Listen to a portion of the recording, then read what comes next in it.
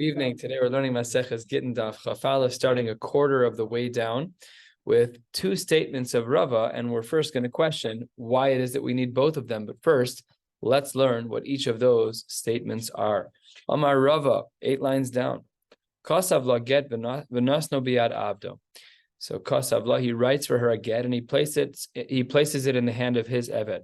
And v'chasav la shtar matana alav, and also writes a shtar matana on the eved. Kena ashu umiskareshes. First, she acquires the eved, and because the eved is now a part of her life, now the eved functions as a chatzer, and now they're divorced. So it's 2 steps, right? So he gave the matana of the eved, and once he became her eved because he's holding the get, so therefore they're divorced. Asks the Gemara ve'amai, why does this actually count? After all, chetzer mehalechasi, the chetzer mehaleches lo kana. If a chetzer is portable, then you can't make a kinyan in a chetzer that's portable. So what are we talking about over here? We had said that if the husband was makne the eved b'matana, that he functions as a chatzer. But says the Gemara, he's portable. And if you want to say it's just because he's standing still, but you're right, had he been walking around, it would have been a problem. Well, standing still is not a good way for an eved to make a kinyan as a chatzer either way. Why not?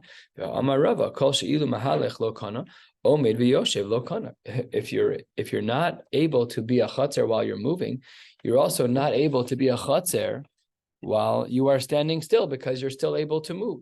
So therefore, the Gemara says, you're right. We're talking about a case where the eved was tied down. Not highly recommended. We don't do this. It's not a normal social thing to do. But it does, in fact, work that if you own an eved, and if the eved is tethered to the ground, and he is mekabel a get on behalf of a woman, that halachically works as a get. That's din number 1 of Rava. Let's move on to din number 2. Let's say he writes her a get and puts it in his chatzer, step 1. And then step 2, and then he writes a shtar matana and gives it to her on the property where the get is, kina ashu, and umiskareshes bo. So the chatzer is niknet to the woman, and the get, which is in the chatzer, functions as a proper get, and they are considered divorced. So the Gemara is bothered. We're halfway down on Chaf Aleph Amud Aleph. Why is it that we needed both of these statements of Rava? One of them was talking about a case where he was giving over an eved b'matana, and the eved was holding a get, and they're divorced. And one was talking about a chatzer that had a get in it, and he gave over the chatzer with a get in it, and they're divorced. Why do we need both of them? The Gemara says halfway down on Chaf Aleph Amud Aleph b'tzricha. We need both. Diashmin an eved. If I only had the case of the eved, havamina dafka eved, I might have thought that was only true by an eved. But aval chatzer ligzar mishum chatzer abal la'achar mikan. Perhaps we should have been concerned in regards to the case of chatzer and therefore not allowed it. What was the case of chatzer that we were concerned about? So Rashi explains this in full color, that we're talking about a case where he sold the property to a friend who then sold the property to her. Then it's not like him giving it to her. There's a middleman, a sale in the middle. That's something that maybe we thought we were concerned about. Kamash Malan, by virtue of the fact that the Gemara included the case of the field, we are not concerned about chatzera habala achar mikan, that she got it from a middle purchaser, and both of them are still going to be considered to be divorced. And v'yashmin on chatzer, if I would have only had the case of chatzer, havamina dafka chatzer, I might have only thought it's the case of chatzer. But aval eved, I might have thought that by an eved, ligzor kafos atu she'eno kafos kamash malan, I might have made a restriction that, we're not going to really allow a divorce to take place if the eved is tied to the ground and he's holding the eved on her behalf. Because of what? Because perhaps atu she'eno kafos, there's also times when he can get a paperclip and get out of the handcuffs. So whatever the case may be, we might have thought, Kamash Malan, that both of these cases are true. Both when the eved receives a get on behalf of the husband, and when a chatzer receives a get on behalf of the husband. If it's given over b'matana, the halacha is that she is divorced in both cases, and b'tzricha, we needed both cases.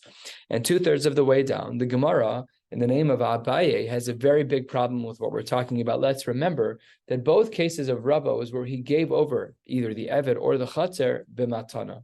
That's going to be the crux of our question is matana. Let's see why. Amar Abaye Michli, let's analyze what we've learned. Chatzer, the fact that a Chatzer works to accept a get on behalf of an Isha, Mehecha Israbi, where do we learn that from? It's from the Pasuk, Miyada, V'nasan biyada. Ma yada, the Isa, Bein Midaita, Uvein Balkorcha, just like a woman, she can be divorced with her knowledge and against her will, both. That divorce is going to work. Av Chatzera, the same is true by a field that belongs to her, the Isa, Bein Midaita, Bein Balkorcha.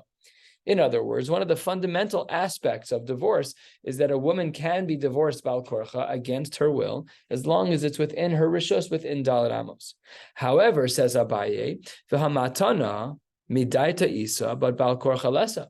But when it comes to gifting something to someone, there you can only gift something to someone with rishus. So Abaye is highlighting a huge difference between the two cases of Rava. Rava, you told me the case about a chatzer. I understand that case. But when you talk about a case of matana, when you're giving over something b'matana, that should not work to effect a divorce. Why? Because a matana only works midaita and doesn't work bal korcha, and it breaks the rules of what should be an effective get. An effective get has to be in a setting where it's bein midaita, bein bal korcha, and a matana is not bein midaita, bein bal korcha. It's only midaita, and specifically not Bal Korcha. Great question. Great question. And this undermines both cases of Chatzer and of Eved, because both the Chatzer and Eved, according to Rava, were given over as a matana. So the Gemara, in response to Abaye's question, asks a question. Classic Jewish move. Says the Gemara, 7 lines from the bottom, Maske Flar of Simi Bar Ashi, V'hashlichus lekabala.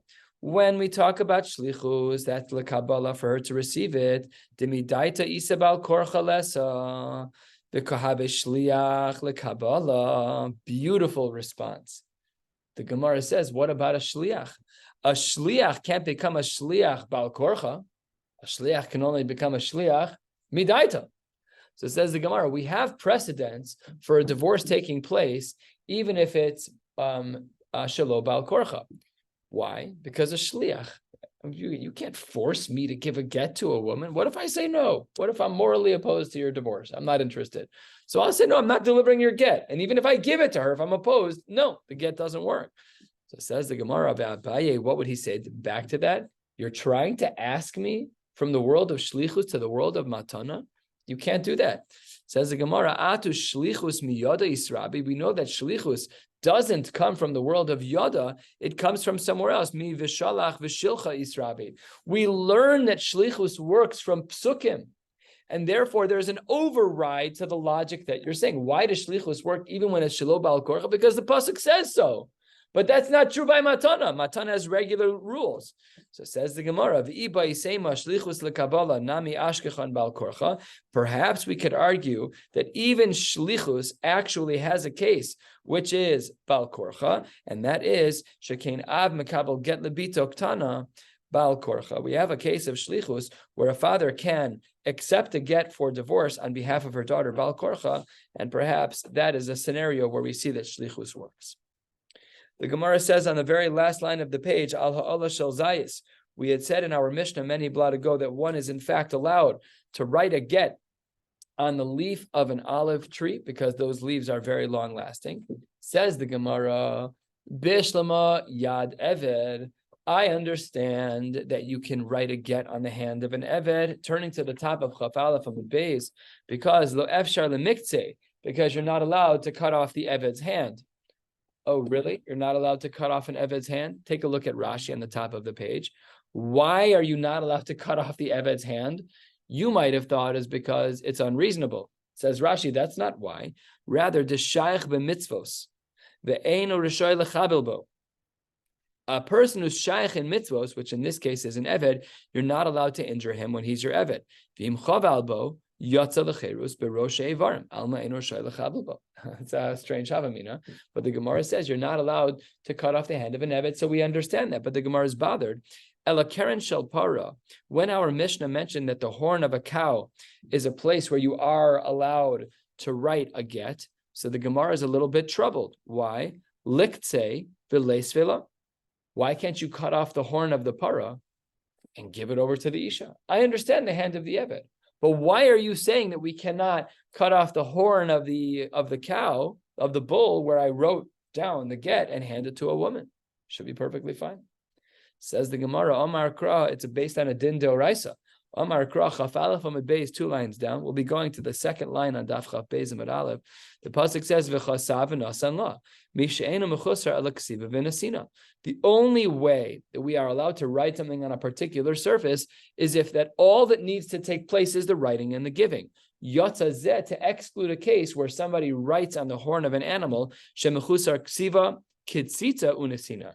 If your plan is to cut the horn off of the animal and give the get that way, the halacha is that the get is not kosher. You can give the whole cow because that's just ksiva and nasina. You're writing and then you give over the whole cow. You cannot do ksiva and then cut off the horn and then nasina. That is considered an interruption in the process. You're only allowed to write on something where you're kosev and then you are nosing. The Gemara says that Rabbi Yossi Haglili, he says that you can't write on anything living. Remember in our mission, he says that you can't write on anything sheyesh bo ruach chayim. So says the Gemara, my time of Rabbi Yossi Haglili. We're going to get into a little bit of a back and forth in the Shakla V'Tari over here. Why is it, according to Rabbi Yossi Haglili, that you're not allowed? Why is it that you're not allowed to write a get on a living animal? Says the Gemara D'Tanya, because we have a brisa, sefer. The pasuk says that you have to write a sefer krisus. Ainli elo sefer. I only know that you can write it on a piece of parchment. Minayin l'rabos kol davar. How do I know that really you're allowed to write a get on a larger collection of things? So says the Gemara, Talmud Lomar v'cha savla mikol makom. You can write it to her, and you can write it on anything. So says the Gemara, Im kain ma Talmud lomar sefer. If what you're saying is that v'cha savla is mikol makom, then what does the word sefer teach me? So says the Gemara, and this is the answer to why Rabbi Yossi Haglili doesn't allow a get to be written on anything that's alive. Ma sefer davar she'ein bo ruach chayim ve'eno ochel. Just like a book is something that's not alive and isn't food. Av kol davar she'ein bo ruach chayim ve'eno ochel. So this is how Rabbi Yossi Haglili learns that a get cannot be written on an animal or on any food items because of the drasha of the word sefer. V'Rabbanan, how do you learn the word? How do you learn this din? Says the Gemara, Iksiv ba sefer kidduka amris. If the pasuk would have said ba sefer, then I would agree with you. But hashtag iksiv sefer, the fact that it only says sefer and not ba sefer, that teaches me something different. Not that you are not allowed to write a get on things that are alive, but rather, a quarter of the way down, lisviras dvarim hu da'asa, that there's a specific set of things that you're supposed to write.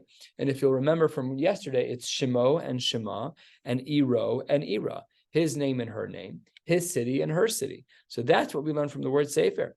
How do you know about this din? Hi v'chasav, my avdila. What do you do with the word v'chasav?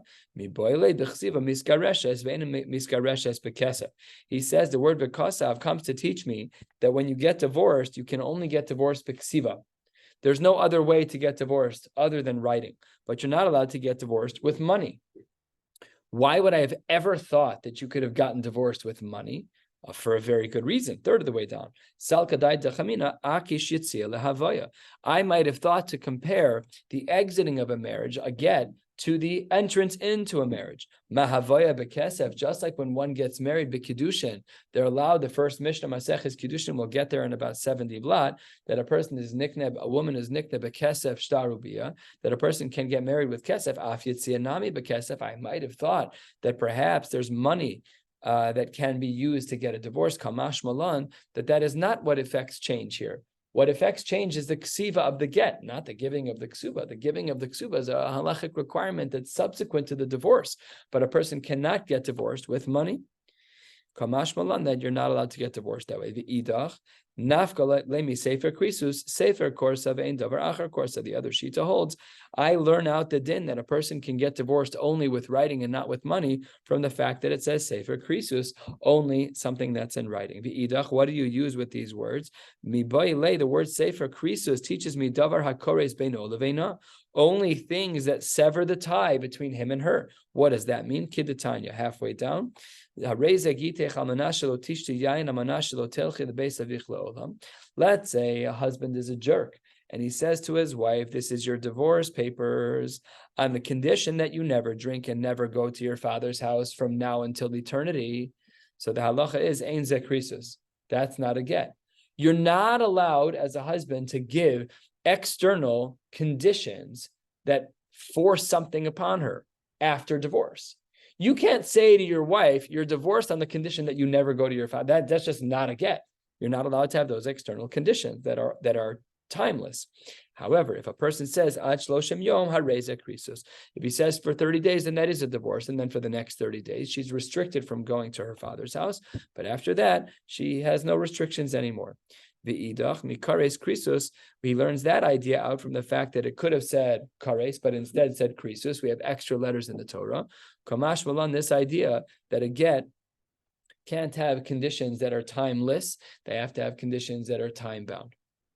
V'idach kares krisus lo darshi. The other shita says, I'm not worried about kares and krisus. We don't view that as extra letters. It's very interesting that the difference between kares and krisus, according to this shita, that they don't care about the extra letters, because we have seen parts of letters be part of a drasha. We've seen broken letters become worthy of a drasha. We have seen dots, nakud on top of letters in the Torah, that's worthy of a drasha. So it's interesting that this is a shita in the Tanaim, that the extra letters of krisus versus kares are not the same. Fine. That's what the Gemara says. The new Mishnah is a little bit more than halfway down on Chaf Aleph Amud Beis. The Mishnah says, Ein kosvin b'mechuber lekarka. Statement number one of the Mishnah. You cannot write on something that's attached to the ground. So let's say you wanted to write on a large leaf of a pumpkin tree, a pumpkin bush. I don't even know how big they are. I don't remember. You want to, but the Mishnah says, Ein kosvin. Then look at the next line, which is seemingly a stira. Kasvo b'mechubar, talsha v'chasmo v'nasno la kasher. If in fact you wrote the get b'mechubar, and then you separated it, signed it, and handed it to her, it's still kasher. So the first two lines are a stira. The first line says ein kosvin b'mechubar. The second line says if you do, it's kasher. And the Gemara is going to give two different approaches as to how we understand these two phrases of the Mishnah. The Mishnah continues. Rabbi Yehuda Posel, he says this is not kosher. Ad shetek sivaso v'chasimaso b'talosh. Rabbi Yehuda was of the opinion that a get that's written on something that's mechubar lekarka is entirely pasul. The only way to write on something that was ever attached to the ground is if it's no longer attached to the ground, both the ksiva and the chasima. Rabbi Yehuda ben Beseira, the next part of the Mishnah, writes, Omer, ein kosvin lo al hanir hamachuk velo ala diftera. A person is not allowed to write on nir hamachuk, that's paper that's basically erasable, and al hadiftera on unfinished cloth. Why? These types of paper are very forgeable. They were easy to erase things, scratch things off, and no one would know the difference. Therefore, it's not allowed. Of course, we're concerned that a husband can change features of the get, which would make it that it wasn't clear that this couple's divorced, and maybe they're really divorced, and then there's a mamzer brought into the world when she remarries. The Chachamim are not concerned about niyar hamachuk and diftera. We'll learn about that not tonight, but another time. The Gemara opens 2/3 of the way down. Kasvo al hamechubar. We had said in the first line of the Mishnah that you're not allowed to write a mechubar lekarka. And then in the next line of the Mishnah, we said that if you do, it's kasher, which is, of course, a stira. So Amar Rav Yehuda, Amar Shmuel, v'husha shiur makom hatoref. Yes, you may have written part of the get on that which was mechubar lekarka. That's a different part of the get, but the toref part, the ikar part with the names, perhaps you left that off. So if you wrote the less relevant components of a get while it's mechubar lekarka, and then you separated it, and then wrote the toref, the ikar part of the get, that works. V'chein amar Rabbi Lazar, amar Rabbi Yosef, v'husha shiur makom hatoref. V'chein amar Rabbi Bar Bar Chana, amar Rabbi Yochanan, v'husha shiur makom hatoref. And if that's true, says the Gemara, as long as you wrote the ikar part of the get after you separated it from the ground, that works. And Rabbi Lazar he de Amar Ede Mesira Karti. In any ways, this would go along with the shita of Ede Mesira Karti, that what really brings about a conclusion, a severance of the marriage, is when the husband actually hands the get to the woman. And therefore, the ksiva is less relevant. So if you start writing some the get while it's talush, not the main parts, but the non-essential parts. Then you tear off the leaf and you write the rest. Then because it's given over be'edei mesira, no problem at all. V'hachi kamar. This is the right way to understand our Mishnah. And this really does a great job of articulating what this approach of answer number one of our Mishnah is to answer the conflict of the first two lines of the Mishnah, where one says ein kosvin v'mechuber lekarka, and the next line says it's kosher if you do. V'hachi kamar, 8 lines or so from the bottom. Ein kosvin tofes shema yichtov toref. The din of the first Mishnah is ein kosvin when it says you're not supposed to write. Really what it means is you're not supposed to write the tofes, the non-essential pieces of the get. You're not supposed to write that on something that's mechuber lekarka. Shema, perhaps yichtov toref, that you might write his name, her name, his city, her city, the ikar parts of the get. Now, kosva letofes, if in fact you did write what you shouldn't have, which is the non-essential portions of the get on that which is mechuber lekarka, and then vital show, then you separated the leaf, and then kasva l'torah, if you write the ikar part of the get, and then v'nasu la kosher, that's answer number one, which is that the first din of the Mishnah is to teach us really you shouldn't write the tofes, the general non-essential parts of the get on this cloth. You shouldn't do this because it's attached to the ground. But if you do, and then you separate it and write the ikar parts, then it's still kosher. Answer number two, which is 5-6 lines from the bottom, is Reish Lakish. Reish Lakish Amar Chas Moshanina. We're talking about a signature. V'Rav Meir Hi de Amar Ede Chasima Karti. And really, the way we can understand our Mishnah is in accordance with Rabbi Meir, who says that which actually creates severance between the husband and the wife is the signatures. And V'Hachi Kamar, here is the right way to understand our Mishnah. Ein kosvin toref shema yachto. Really, you're allowed to write the tofes. You really shouldn't write the toref, the ikar parts of the get, on that which is mechuber lekarka, because we're afraid that you might do the chasima. But kasvo letoref, if in fact you wrote both the tofes and the toref, the non-essential and the essential parts of the get on something that's mechuber lekarka, and then talsho chasma v'nasala, and then you tear off this leaf that has the full get on it minus its signatures, and then you sign it, kosher, then it works. Why? Why would that work if you wrote the whole thing when it's mechubar? Because Eidei Chasima Karti. We really only care about the chasima, only about the signatures. So as long as it was signed after it was separated, even though the full get was written while it was still mechubar lekarka, that is still a valid approach. These are two very distant approaches in regards to our Mishnah. Both of them explain it beautifully. Says the Gemara, 3 lines from the bottom, very unique, and this is a little bit of a blend and a throwback to Hilchos Shabbos. Kasvo al cheres shel atzitz nakuv. Kosher. If a person writes a get on the cheres, on the pottery of a flower pot that has a hole in the bottom, and we know from Hilchos Shabbos that if you have a flower pot that has a hole in the bottom, it's considered mechubar lekarka. So that's kosher. Why? Because you can give her the whole flower pot, and that's totally fine. Al ola shel atzitz nakuv. What if you write on a growing leaf inside an atzitz nakuv? That's a machlokes. Abaye Omar kosher, Rava Omar pasal. Abaye says that if you write on a leaf that's in an atzitz nakuv, it's going to be kosher, and Rava is the dissenting opinion, saying that it's not. And why does this work according to Abaye? Abaye Omar Shakil, Omar Kasher, why does Abaye say that if you write a get on a leaf that's inside an atzitz nakuv that it works? Because, as we saw earlier, the Shakil the Yahav le Nehale, you're going to take the whole flower pot with whatever's growing in it, and that leaf that has the get on it, you're going to hand it to her. No problem. No problem. Rava, why does Rava Omar say pasal? Why does he say pasal? Says he's concerned about another issue. You might pluck the leaf off. And if you pluck the leaf off, that is a problem, because now you have just separated something and now it's no longer mechubar lekarka, and that's a psul, as we saw in our Mishnah. We'll stop right here, and Amir Tzashem pick up tomorrow night on the very top of Beis Amid Aleph. Wishing you all a beautiful night.